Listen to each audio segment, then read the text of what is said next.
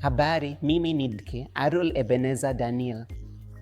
Niko hapa kukuelezea kuhusu angiogramu ya moyo. Kwa hivyo, angiografia ni nini?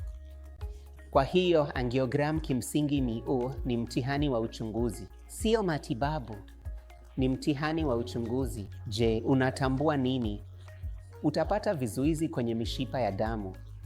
Angiogramu inaweza kufanyika popote mwilini. Kwenye moyo ni angiogramu ya moyo, coronary angiogram.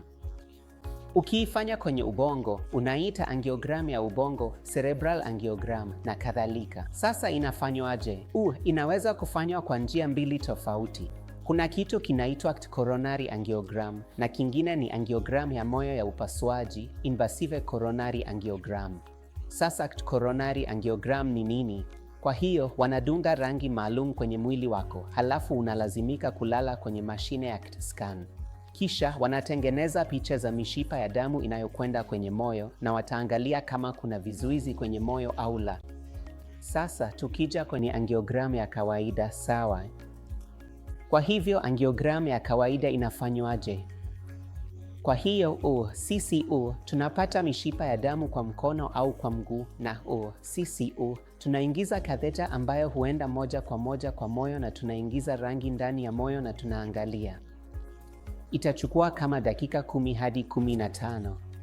Utaratibu wote ni dakika 10 hadi 15 na hufanyika chini ya anestesia ya ndani. Na mtu ambaye anafanyiwa mtihani atakuwa macho na unaweza kuwasiliana na daktari wa moyo. Utakuwa unajiuliza, Mungu wangu, daktari, unatuma katheta ndani ya moyo wangu. Ndiyo, tunafanya hivyo. Je, ni chungu sana? Hapana, sivyo kabisa. Hakutakuwa na maumivu wakati katheta inaingia kwenye moyo. Na ni kiwango cha dhahabu cha kukaguliwa kwa mishipa ya moyo.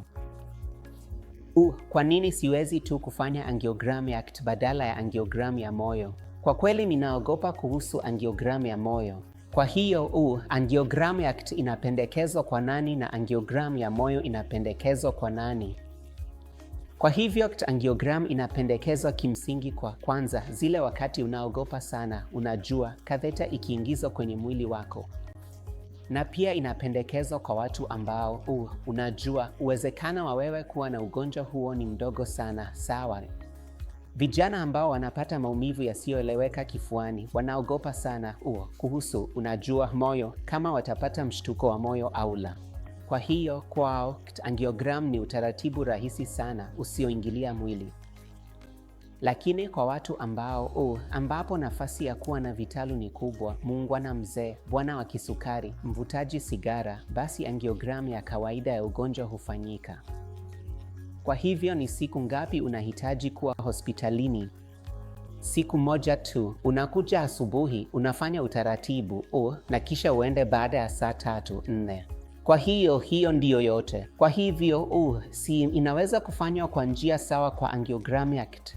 Ndiyo, inaweza kufanywa kwa njia ile kama CT angiogram, lakini tatizo pekee ni kwamba ukikuta kuna kizuizi kwenye CT angiogram, unahitaji kuja kufanya angiogram ya kawaida ya moyo ili kuthibitisha hivyo.